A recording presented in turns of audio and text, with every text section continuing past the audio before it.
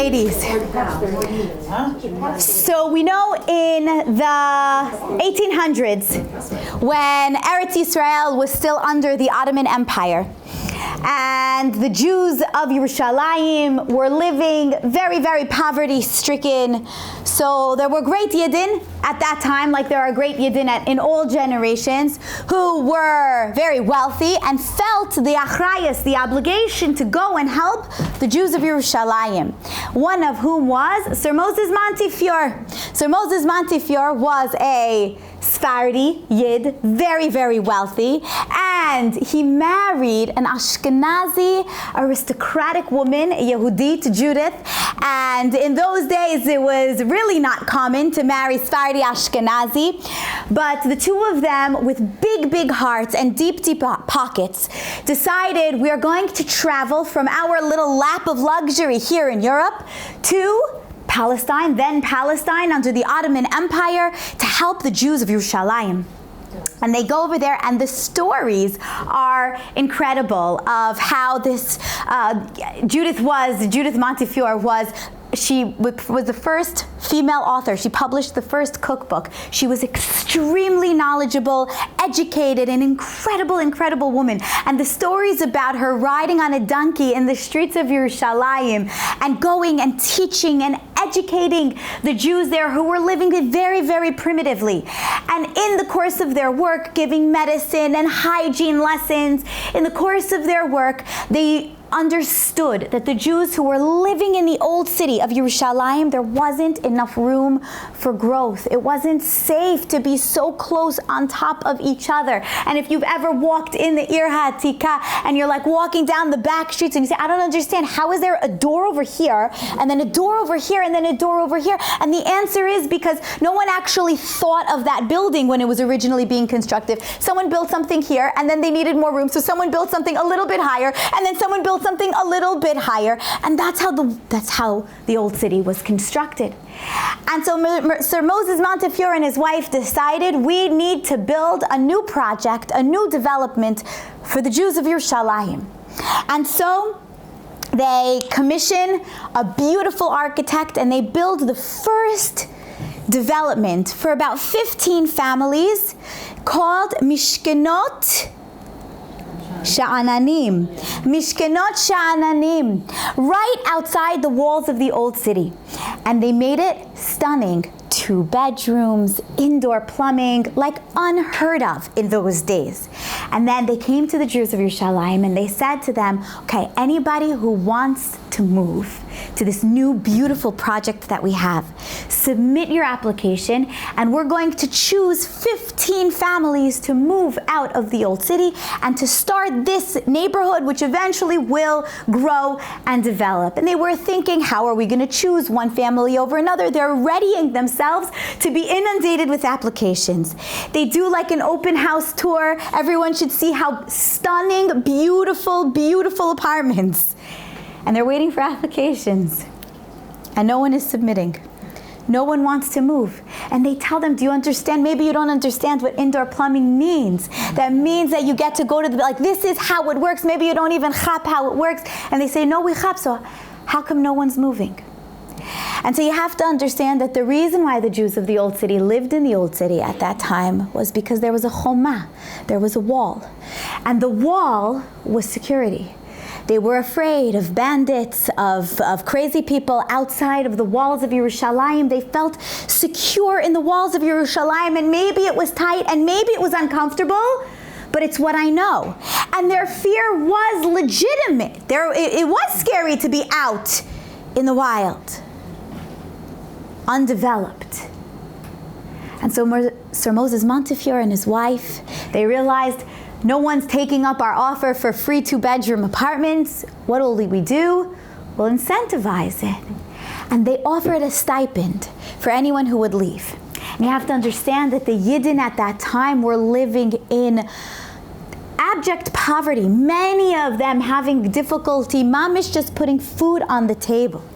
And so with this offer for actual money that they could then use to feed their families, they got a few applications. And they were able to fill up the apartments. And then they found out that the Jews who had moved into these brand new gorgeous apartments would live in the gorgeous apartments during the day, but at night, after it got dark, they would wrap up all of their kids and they would run back into the walls of the old city and sleep by relatives and by friends inside, out of the fear. And when I'm learning about this interesting piece of history, I couldn't stop but think, this is so much about what Elul is for us. HaKadosh Baruch Hu tells us throughout the year, throughout our lives, we've constructed walls, legitimate walls, walls that we've put into place to protect me, maybe from difficult people, maybe from pushing myself too far. And I have walls of my comfort zone, of who I am, and this is my safety, and they were legitimate walls. But comes Chodesh Elul, and HaKadosh Baruch Hu tells us, HaMelech Basadeh, the king is outside of those walls. The king is waiting for us outside of our comfort zone. And maybe until Tafshin Pei Dalid, the level of Yiddishkeit that I was functioning on, the level of relationship that I had with this person and with that person, that is what was good for me. It was a legitimate wall. But here in Elul of Tafshin Pei Dalid, Hashem is asking us, can you venture outside? And I have something for you in the Sadeh. I have something for you outside of the walls, that if you make yourself a little bit uncomfortable, if you make yourself a little bit vulnerable, maybe you'll take something upon yourself. Maybe it'll stick, maybe it won't. Are you afraid that if people see you do this, now everybody is going to say, oh, now she's keeping that, and then maybe you can't hold it? It's okay. Hashem is asking us to try to move out of our comfort zone, out of our fears, to a place of vulnerability where I will stand up and say, I'm making a move. I'm shifting in some capacity. You know those roller coasters where they take a picture of you on them? So there are these roller coasters, you go up,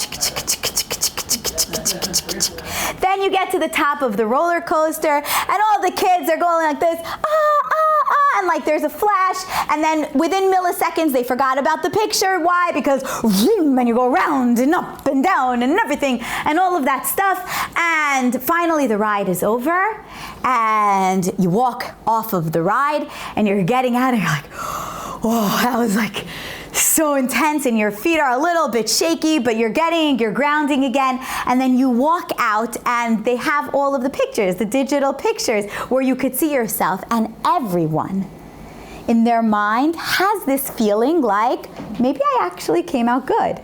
And of course you get to the wall where all of the pictures are being displayed, and like that little flutter in your heart where like, I wonder how I came out. It must have been a perfect shot. And really actually the camera got you just as you were lifting your hands up, so it looks like you're in the middle of picking your nose. And so it's not the greatest picture. Now imagine with me for a minute. Baruch Ata Adonai Eloheinu Melech haolam shehakol niya bidbaro.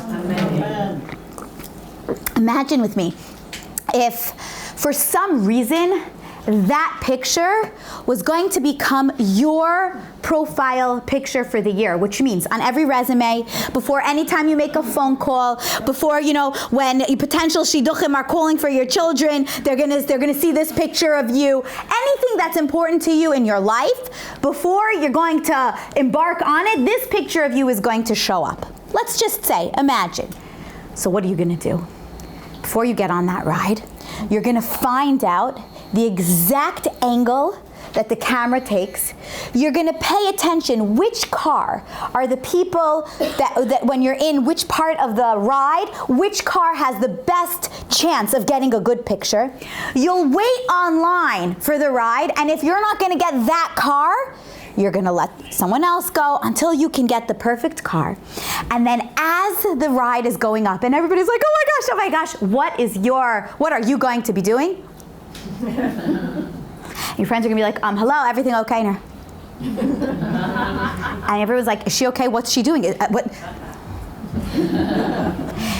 And you are waiting for that moment until it takes a picture of you with your best pose, without getting distracted. Even if they say, oh my gosh, look over there, it's the most beautiful thing,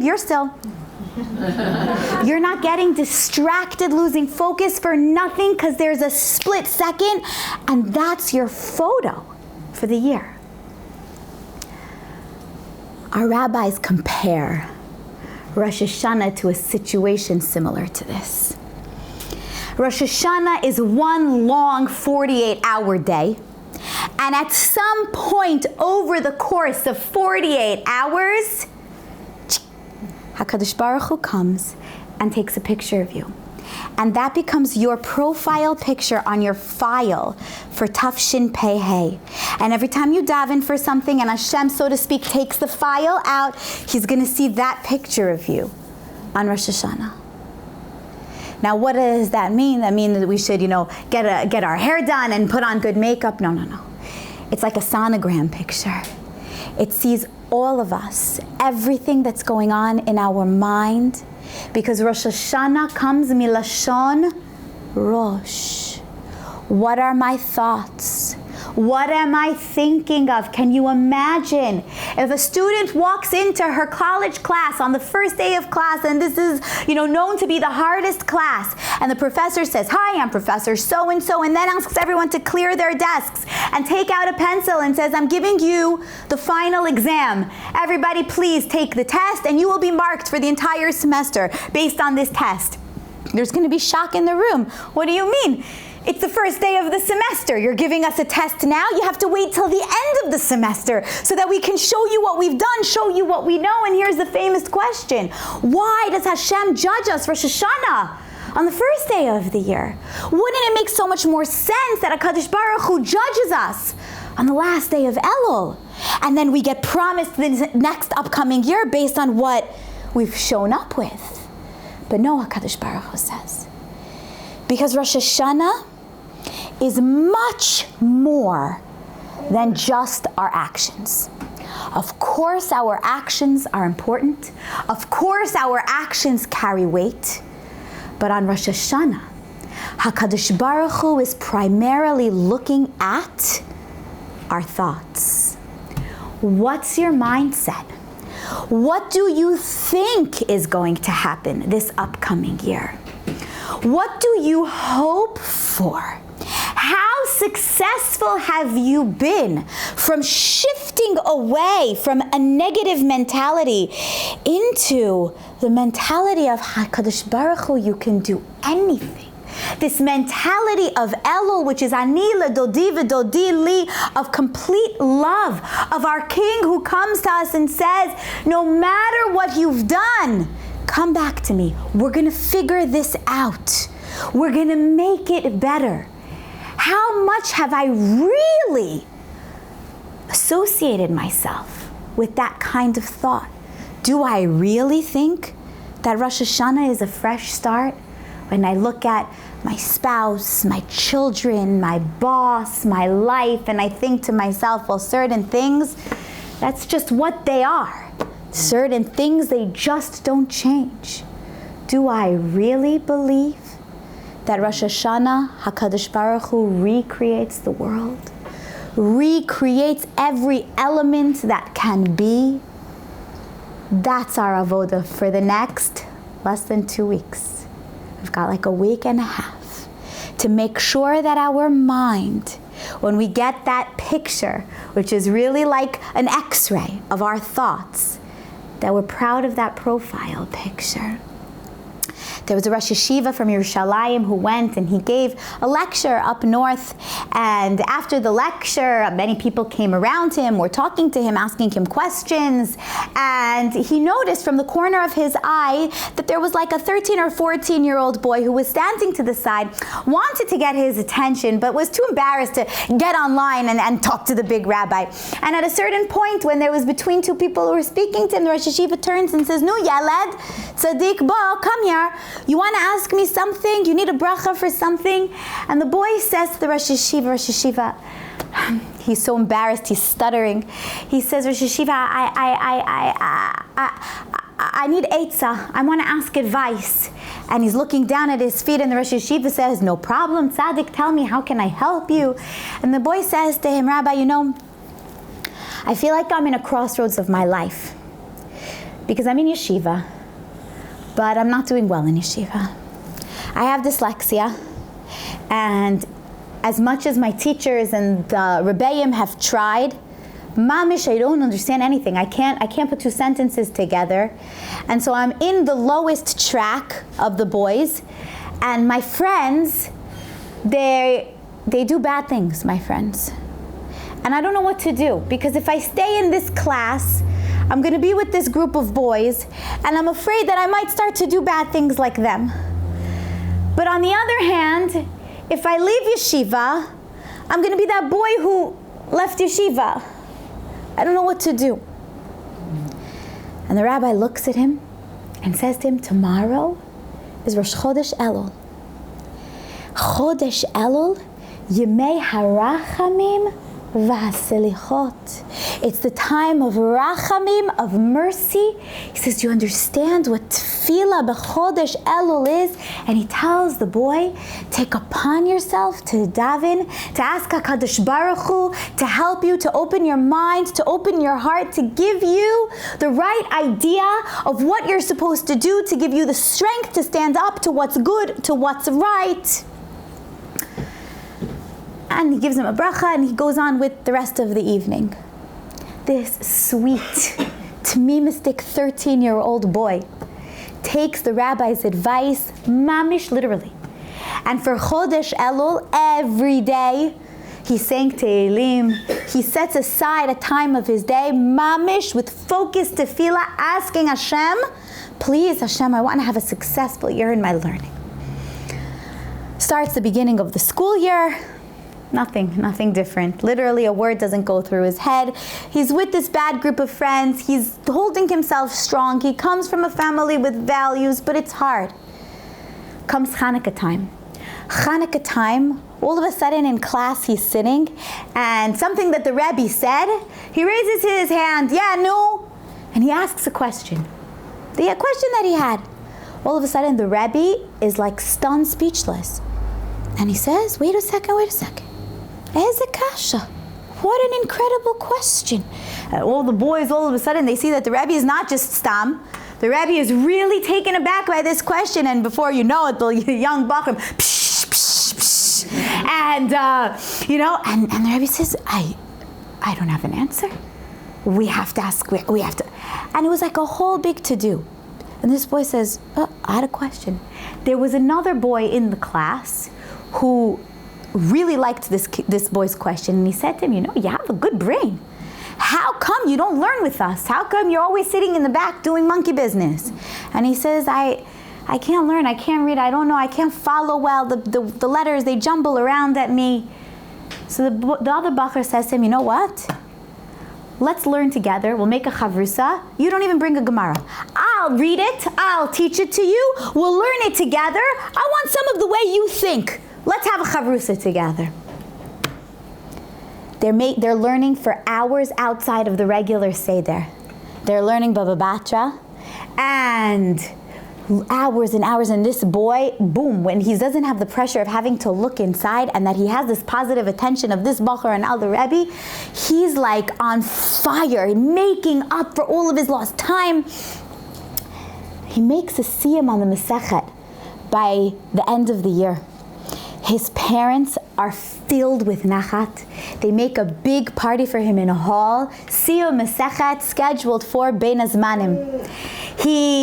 At the end, he calls this Rosh Yeshiva, a very famous Rosh Yeshiva from Yerushalayim, and he says to him, hi, sorry, Kavod Rosh Yeshiva, my name is so-and-so. You remember you met me a year ago when you came up to Tveria, you gave a lecture. The Rosh Yeshiva kind of doesn't remember exactly who he is. He says, Rosh Yeshiva, I'm making a siyum, please would you come?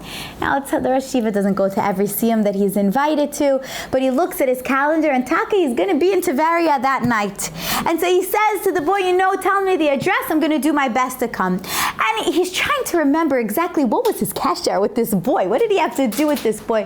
He walks into the hall, and it was just as this boy, young boy, now 15 years old, is getting up and he's giving his drasha for his siyam, and he's listening to this kid talk, and he's saying to himself, wow, this kid can talk. And the kid ends the drasha saying, and all of this is because of the zechus of the Rosh Hashiva. And everybody looks at the Rosh Hashiva, and the Rosh Hashiva almost doesn't even know why. What did I do? And he says, last year he told me, don't lose your Chodesh Elul. Do you know what a tefillah in Elul is? He says, and after he told me that, mamish, every day I davened, and look at what it happened. Thank you, Kvod Rosh Hashiva.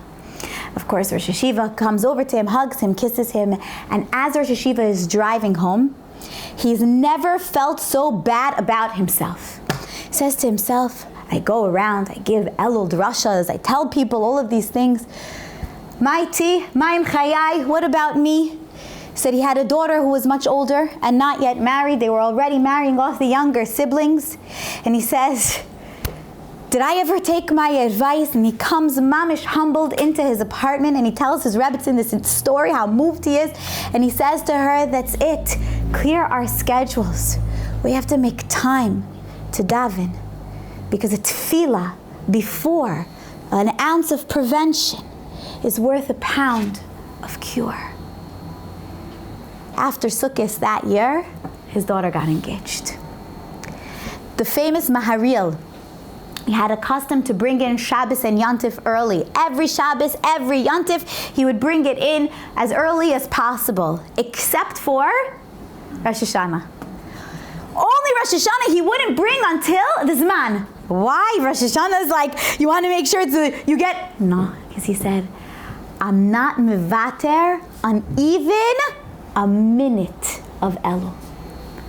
And so imagine, ladies, in this time that we have, imagine what it means to say we came together for Yisayirus, to get inspired, and to say, that's it, whatever was happening up until now, I cannot live business as usual. Certain things, yes, we have to deal with. Whatever can be put aside until after Rosh Hashanah, after Yom Kippur, I put it aside. I'll put those projects for a little bit later. Now, I need to have the Elul consciousness. And as you're sitting right now, you can whisper tefillah as you're getting inspired. Every little thing that we're doing, Hashem, please, I want to capture my Elul. Please, HaKadosh Baruch Hu, I just remembered I need to daven for this, I need to daven for that. The power of tefillah during Chodesh Elul, where we are. But what happens when our inspiration has an expiration? Because we think now, oh yes, of course, tomorrow you're going to see my shacharis and I'm going to do some extra tehillim, and you know what, maybe I'm going to make sure to go to that group and and then life happens. Sir Rabbi Nachman Seltzer wrote a beautiful article in Mishpacha magazine about when Avram Avinu sends his servant Eliezer to go find a wife for Rivka. Eliezer is davening Hashem, I want to find the right girl, and he's making all of these signs, and he sees Rivka and Taka, she fits all of the signs, and Eliezer is so ecstatic, and he starts putting bracelets and jewelry and giving her camels and says, go back to your father's home, I'm going to follow soon, let them know I'm coming, and then I'm asking for your hand in marriage for my master's son. Rivka gets home, Lavan is through the roof, he sees her bling bling with all of the jewelry all over, and he's like, wealth is contagious, you marry rich, it'll happen, it'll come on to me. And he's so excited. As soon as Eliezer walks in, Lavan speaks almost like it's so weird to hear how he's talking. Lavan says, Hashem yatzah hadavar. This is a perfect shidduch. It's min hashamayim. It's from Hashem. Lavan is talking like such a frum guy. And beautiful, it's going to go smoothly. The next day, Eliezer is ready to take Rivka home, and Lavan's tone changes. I don't know. Maybe we're rushing it a bit. She's very young. I mean, she was only 3 years old, but she's very young. Maybe we should wait a year, and then we'll send her. In the end, Eliezer says, let's ask the girl. And Rivka says, no. I'm already on the camel. I'm ready to go. But what happened to Lavan? He went from such excitement, such passion, to all of a sudden, I don't know, maybe not so much. What happened? What happened was he slept on it. that sometimes sleep has this quality of saying, I had a dream and then I sleep on it, and it's not as intense the next day. And so what happens in Chodesh Elul? In Chodesh Elul, we begin saying Slichos. So the Sephardim, we already started. This is Sephardi Shul. Good. So we have the back for all of the Ashkenazim. Even those of you that are here, we've started from the beginning of the month already. You know, some say it's because we eat rice on Pesach, so we need to say extra Slichos. But Ashkenazim are starting next week. What's Slichos? Slichos is when we either stay up very late, wake up very early. Says the Pele Yoetz, Yekatzer Shenaso, someone who shortens his sleep, Ya'arich Shanaso, will lengthen his year. There's a concept in Chodesh Elul to shorten our sleep.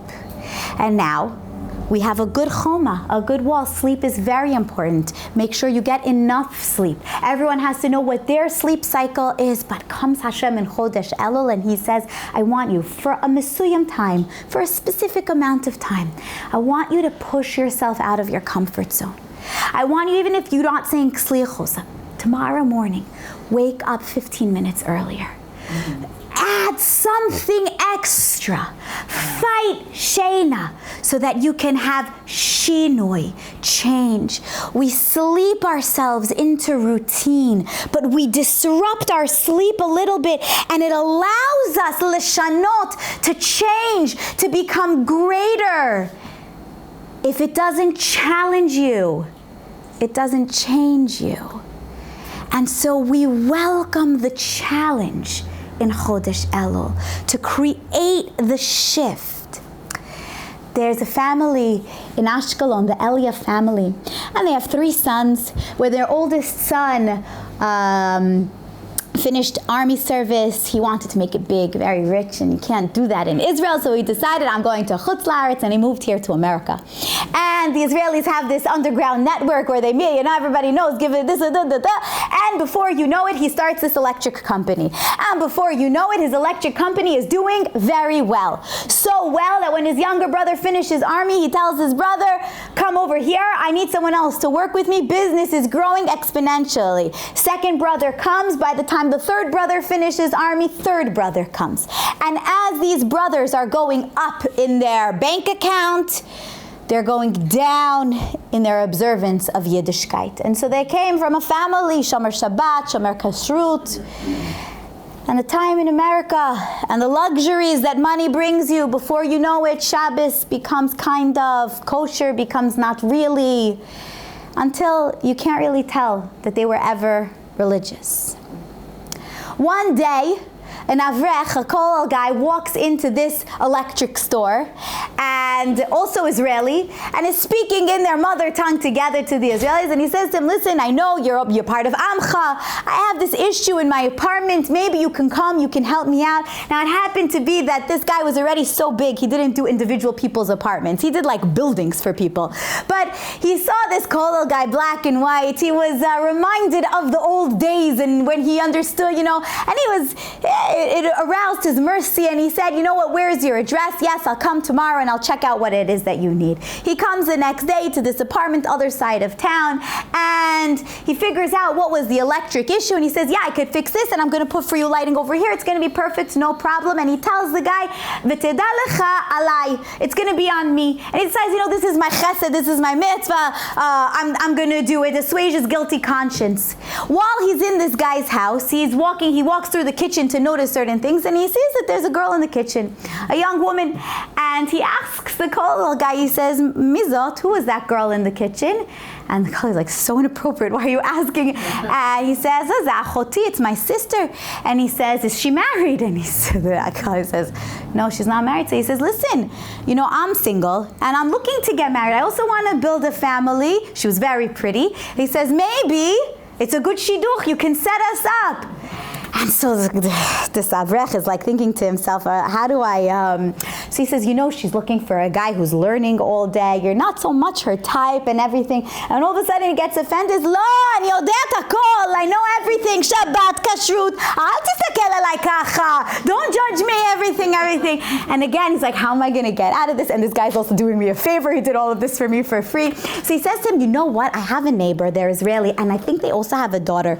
She might be more mat'im for you. Give me your number. I'm going to find out. I'm going to call you. He goes to the neighbor the next day. Lo and behold, they do have a daughter, also very good looking, perfect age difference. He sets them up back and forth. They start to go out with each other. Lo and behold, they fall in love. They fall in love. After a few months of dating, this guy, at the end of the day, he was a traditional person. He said, I want to marry you.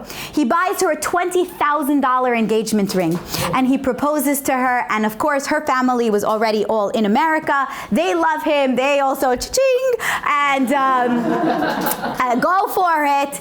And of course, she says yes. And he says, Aval, we can't do anything, obviously, until you have to come to Israel. You have to meet my parents, of course. And so they're thinking work schedules and whatever it is, they decide we'll go for the Chagim. It's the best time to go. We'll take a month off. We'll go for the Chagim. And so they go for Rosh Hashanah, Yom Kippur.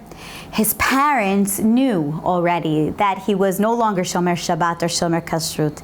But there's a difference between knowing it and seeing it. And they see their son, who they love so much, really mamish, what happened to him. But like amazing parents, they keep the smile on their faces. They embrace both of them. And it's a very happy, smooth Chagim, and getting to know you and giving you brachot and everything. Comes Simchat Torah, Shabbos, and that week over Chol HaMoed Sukkot, his fiance says to him, you know, there's a festival, Nova. My friends are going, my cousins are going, I want to go. Bo nelech, ze yeh kef, be fun. And he says to her, okay, maybe, I don't know, let me see, it's our last Shabbos here. Let me talk to my parents, maybe we'll go and then we'll come back later in the afternoon to be with them. So she says, okay, beseder.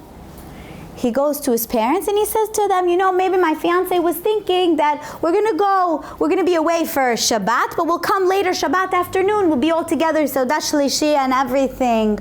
And his parents say, what, there's a shul over there? Is there going to be a Torah over there? And he says, no, it's like a music festival. And for the first time in their entire visit, this mother and father become angry. And they get up and they say to their son, Anachnu miTunisia. Ech ata yachol lachshov al ze? How can you think about it? Im en sefer Torah, en simchat Torah.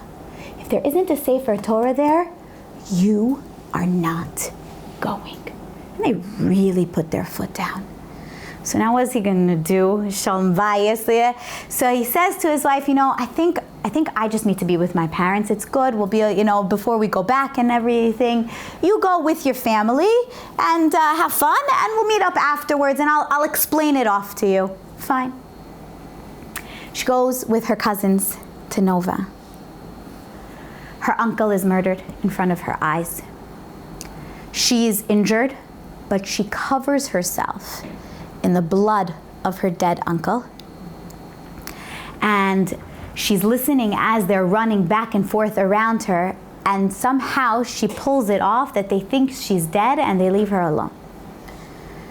Eventually, she comes back. And we know this year, Tafshin Pei Daled, everyone is shaken up. They're shaken up. They extend their trip a little bit, but eventually they come back. He comes back over here, and he's back at his business running it, but everything that's happening seems like meaningless. What am I doing? And he decides he's going to a shiur. For Israelis, he goes to a shiur. The shiur turns into one shiur plus davening, turns into a shiur plus davening, and then afterwards a shiur, until eventually he's staying in this program until 12 o'clock. Now he's getting stronger. He tells his wife, let's not go out Friday night. Let's stay at home. His fiance, let's stay at home.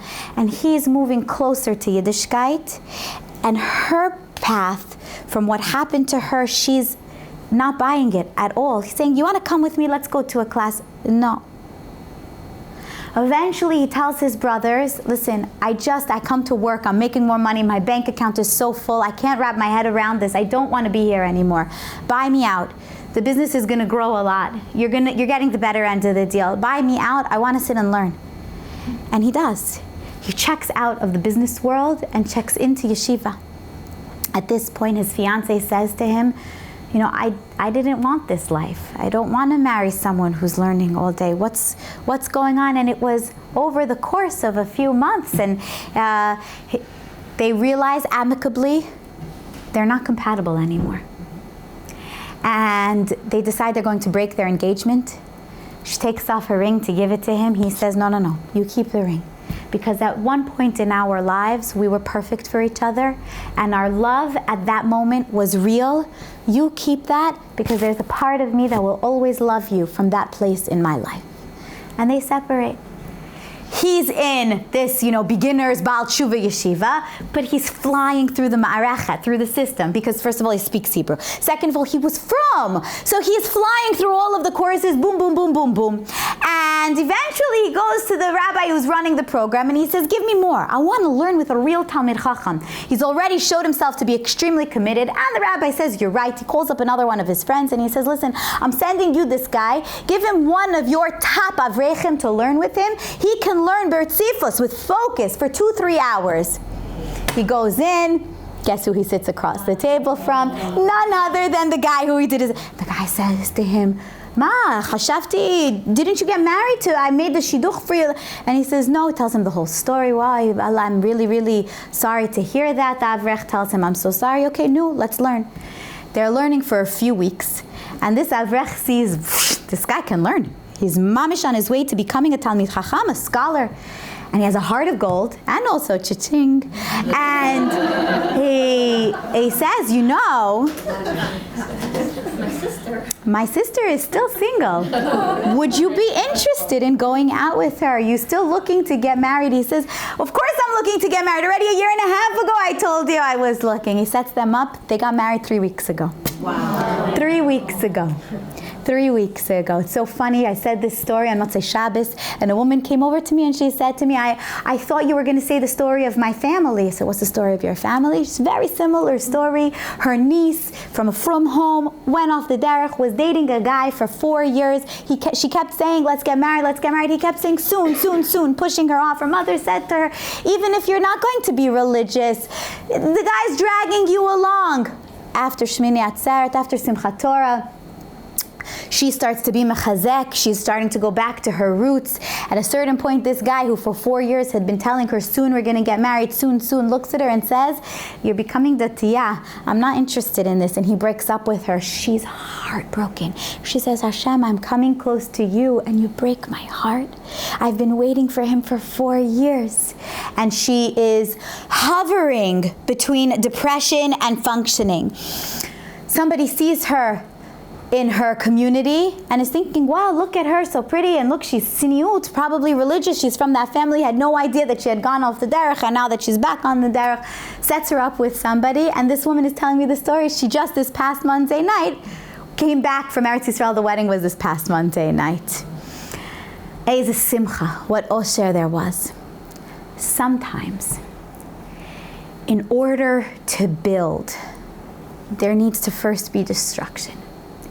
And we know that if a person buys a house and they want to build this house, it's an old house, and they're going to gut renovate it, before they move in, they knock it down. Now there's no place to sleep. But it's in preparation for something much bigger to be built. When we look back on a year, Tafshin Pei Dalid for din, for difficulties, we look back and we say, Ribono Shel Olam, we believe that the Dalid of destruction is because we're going into Tafshin Pei Hey, where we're going to be Az Yimaleh Sechokpinu. Our mouths are going to be filled with the laughter of Tafshin Pei Hey. That we're going to see that everything that was destroyed in our personal lives and in the lives of Am Yisrael as our whole nation, that the destruction was so that there can be a rebuilding better than we could have ever imagined it to be. And so The weather is getting colder, but I tell you, my friends, it's time for us to take a trip to the beach. The beach, Amit, what are you talking about? HaKadosh Baruch Hu tells us that Chodesh Elul is called the Yam Shel Rachamim, the ocean of mercy. And we're walking now to the beach, to the ocean of Rachamim, of Chodesh Elul and the Yamim Noraim. Yemei HaRachamim VaSelichot.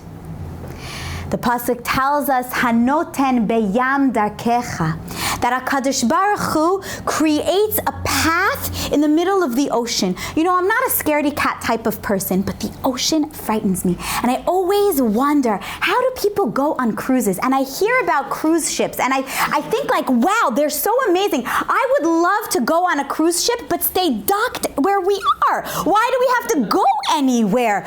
Because the ocean. And you're going to tell me, oh no, but airplanes, what? You're scared on an airplane because you might crash into the middle of the ocean.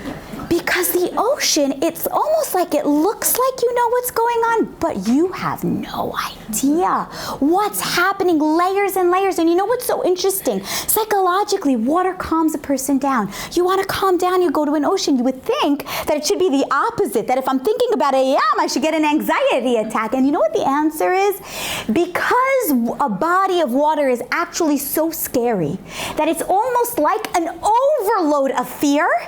And so it shuts down those fear emotions, and all you can do is just be cool with it. You know, when you hurt yourself, or when a kid comes and says, ow, ow, ow, what's the first thing you do? You squeeze where the pain is more. And it's like, why? That's hurting me, but it actually stops the hurting. Do you know why? Because we feel pain because our brain is sending, something is happening over here, experience pain, experience pain. But when you add more pain to that pain, it overloads the sensory of the brain. And so the brain just stops feeling. And so the water is actually so scary that it's overwhelmingly scary that it actually calms us down, because there ain't nothing we can do. Hanoten beyam darkecha, but this is the month where Hashem tells us, I will make a path for you in the ocean of your life. In all of the fear, in all of the uncertainty, in all of the unknown, Hanoten beyam darkecha, I will create a path for you. The biggest cause of death in an ocean, of drowning, is from a riptide. And the better of a swimmer you are, the more likely it is that that person will drown in the riptide. Now, what's a riptide? So you're at an ocean and you see the waves coming, and in between, the wave is crashing here and the wave is crashing here, and in between there's like this placid, calm waters that looks like a lagoon. And so you're the swimmer and you see crashing on this side, crashing on this side, and you think to yourself, let me swim out to this almost like a pool in the middle of the ocean because it looks so calm.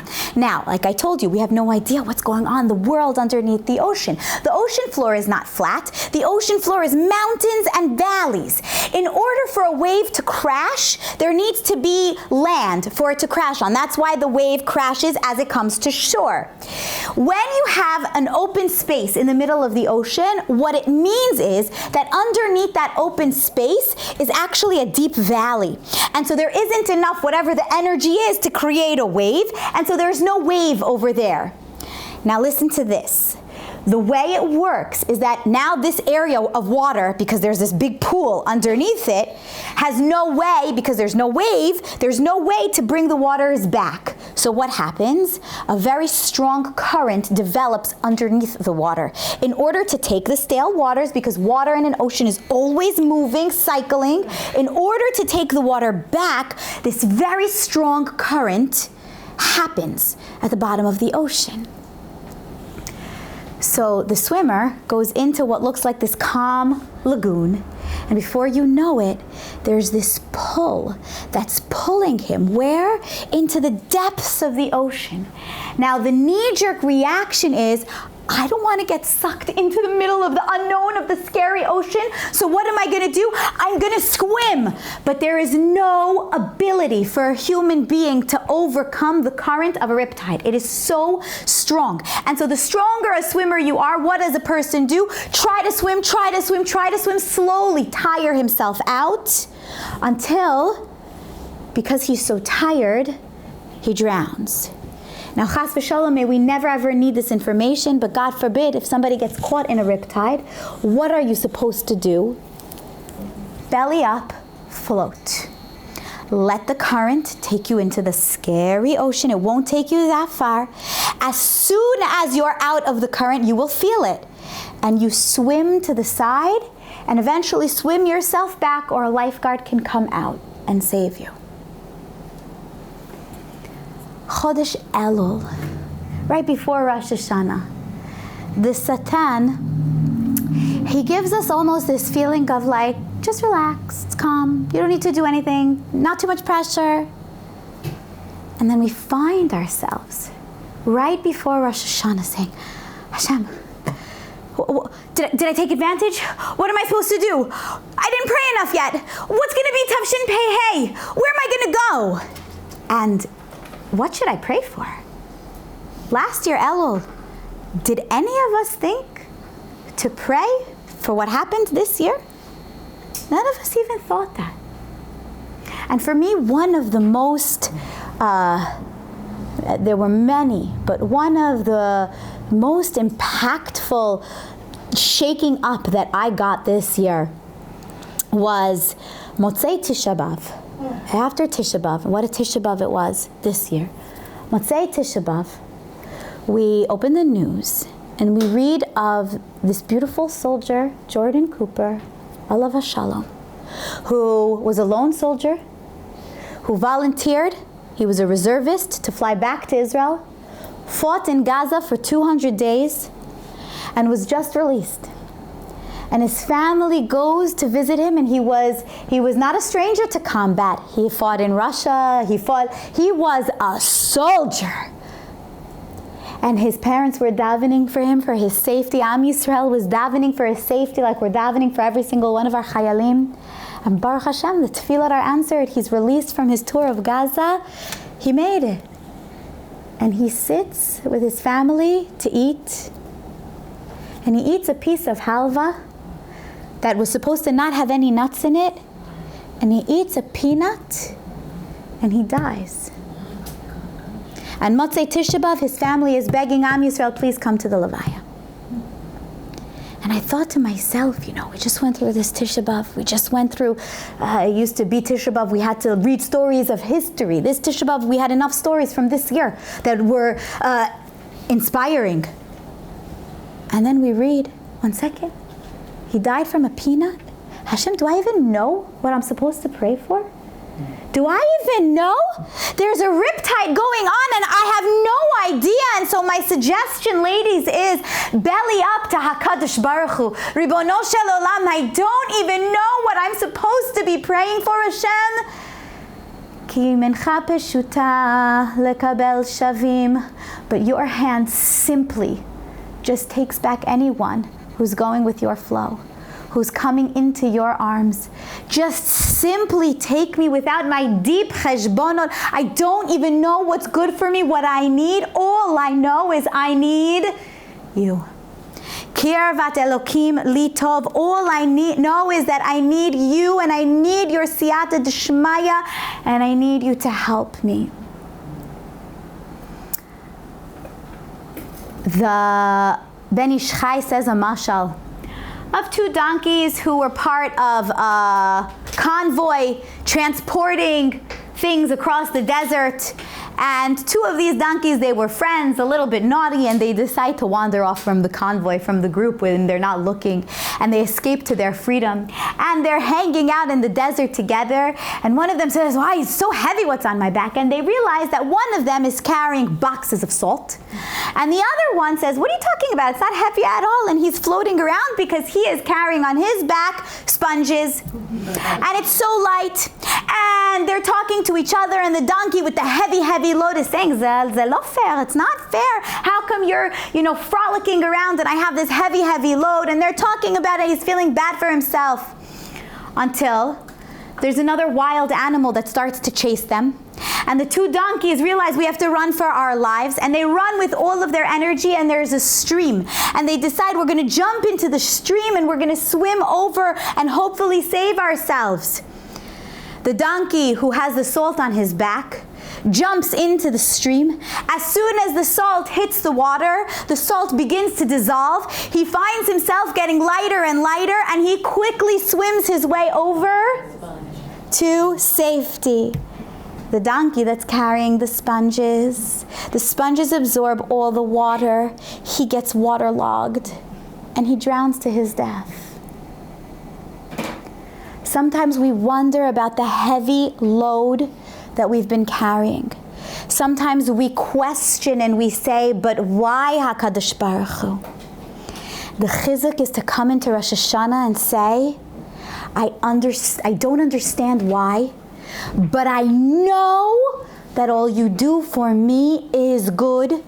And as soon as I jump into your waters of Tahara, I understand, Hanoten beyam darkecha, whatever path you made for me, Ribono Shel Olam, I'm here, your loyal servant, your beloved daughter, ready to serve you.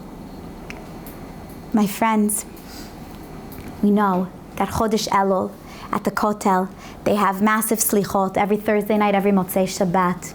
There was a tour guide, she does tours in the Old City, and she said that every year at the beginning of Elul, the Kotel Plaza fills up about halfway. By, 2 weeks into it, it's now, first it's a third, then it becomes half, and then only really, close to Rosh Hashanah, it becomes packed and big and full, and then Aseret Yemei Tshuva, forget about it, it's a huge event. She said, Ani lo ma'amina.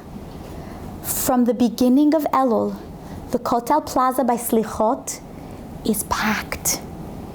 Am Yisrael has come home. Am Yisrael are throwing ourselves belly up to HaKadosh Baruch Hu.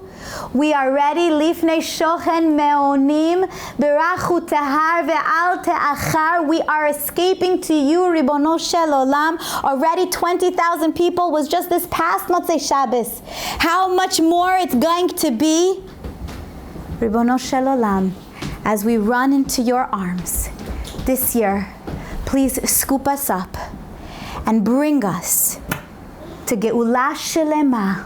Umacha Hashem dim'ah.